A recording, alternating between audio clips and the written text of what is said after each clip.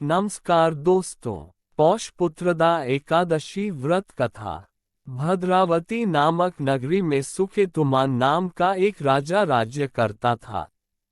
उसके कोई पुत्र नहीं था। उसकी स्त्री का नाम शैव्या था। वह निपुत्री होने के कारण सदैव चिंतित रहा करती थी। राजा के पितर भी रो रोकर पिंड लिया करते थे और सोचा करते थे कि इसके बाद हमको कौन पिंड देगा।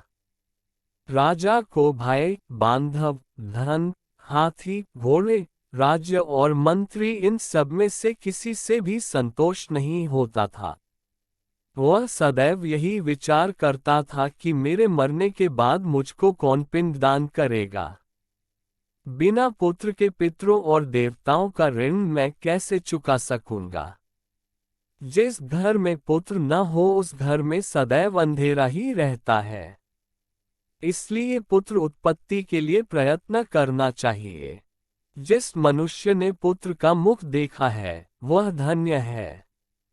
उसको इस लोक में यश और परलोक में शांति मिलती है, अर्थात उनके दोनों लोक सुधर जाते हैं। पूर्व जन्म के कर्म से ही इस जन्म में पुत्र, धन आदि प्राप्त होते हैं। राजा इसी प्रकार रात दिन चिंता में लगा रहता था। एक समय तो राजा ने अपने शरीर को त्याग देने का निश्चय किया, परंतु आत्मघात को महान पाप समझकर उसने ऐसा नहीं किया।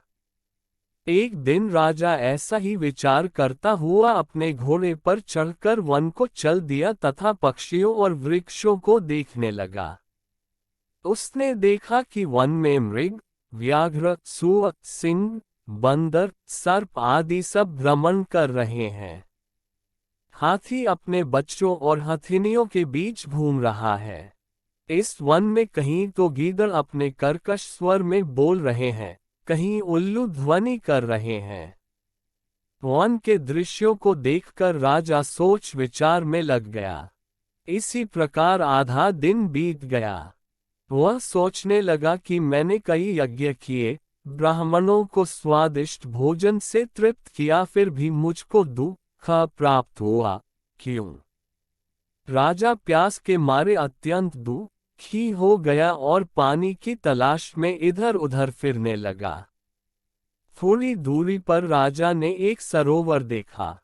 उस सरोवर में कमल खिले थे तथा सारस, हंस, मगरमच्छ आदि विहार कर रहे थे। उस सरोवर के चारों तरफ मुनियों के आश्रम बने हुए थे।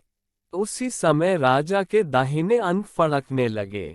राजा शुभ शकुन समझकर घोड़े से उतरकर मुनियों को दंडवत प्रणाम करके बैठ गया। राजा को देखकर मुनियों ने कहा, हे राजन, हम तुमसे अत्यंत प्रसन्न हैं। तुम्हारी क्या इच्छा है सो कहो। राजा ने पूछा, महाराज आप कौन हैं और किस लिए यहाँ आए हैं? कृपा करके बताए।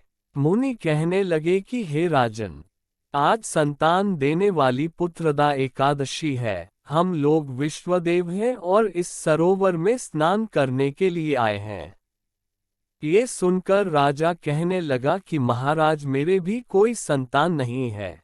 यदि आप मुझ पर प्रसन्न हैं तो एक पुत्र का वरदान दीजिए। मुनि बोले, हे राजन, आज पुत्रदा एकादशी है। आप अवश्य ही इसका व्रत करें। भगवान की कृपा से अवश्य ही आपके घर में पुत्र होगा। मुनि के वचनों को सुनकर राजा ने उसी दिन एकादशी का व्रत किया और द्वादशी को उसका पारण किया। इसके पश्चात मुनियों को प्रणाम करके महल में वापस आ गया। कुछ समय बीतने के बाद रानी ने गर्भ धारण किया और 9 महीने के पश्चात उनके एक पुत्र हुआ। वह राजकुमार अत्यंत शूरवीर, यशस्वी और प्रजापालक हुआ।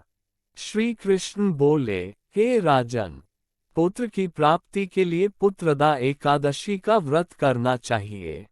जो मनुष्य इस महात्म्य को पढ़ता या सुनता है उससे अंत में स्वर्ग की प्राप्ति होती है। आशा करता हूँ कि यह कथा आपको अच्छी लगी होगी। ऐसी और कथाओं को जानने के लिए हमारे YouTube चैनल को सब्सक्राइब करें। धन्यवाद।